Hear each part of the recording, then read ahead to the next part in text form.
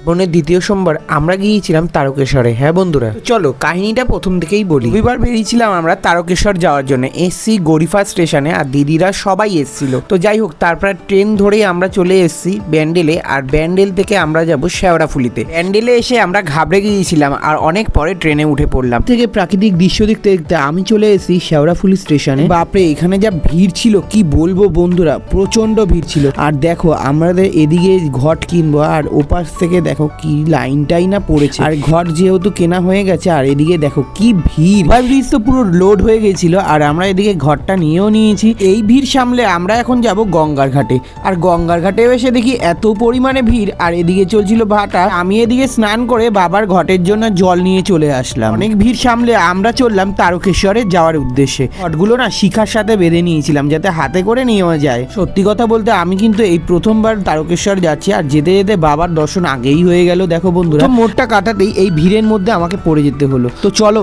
এই ভিড়েই তো আমরা যাব বাবার কাছে।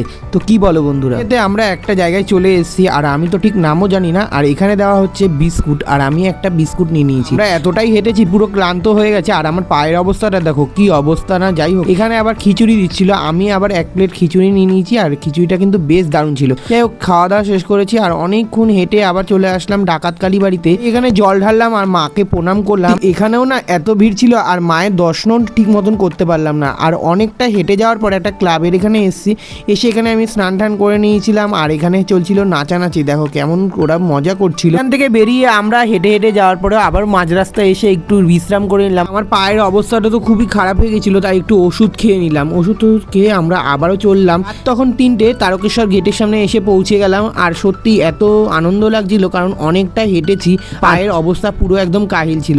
তো যাই হোক, তারপরে আমরা একটু চলতে চলতে আরও কিছুটা দূর এগোলাম, এসে আবার লোকনাথে এসে বসে পড়লাম। মনে হচ্ছিল শরীরে একদম এনার্জি নেই, তো একদম ভোরবেলা হয়ে গিয়েছিল। লোকনাথে এসে আমারও পেয়ে গিয়েছিল একদম ঘুম। যাই হোক, আমি একটু ঘুমিয়ে নিয়েছিলাম। ঘুম থেকে উঠে সোজা চলে গিয়েছিলাম একটা মন্দিরে। এখানে এসে প্রথমে পুজো দিয়েছিলাম, তারপরে আমরা বাবার মন্দিরে দিয়েছিলাম পুজো। আর আমার সত্যি কথা বলতে ফোনে একদমই চার্জ ছিল না। বাবা তারকনাথের মন্দিরে গিয়ে যে ভিডিও করবো সেইটুখানিও চার্জ ছিল না। যাই হোক, আমি এখন বাড়ি যাই। দেখা হচ্ছে পরের ব্লগে। আজকের মতন টাটা, বাই বাই।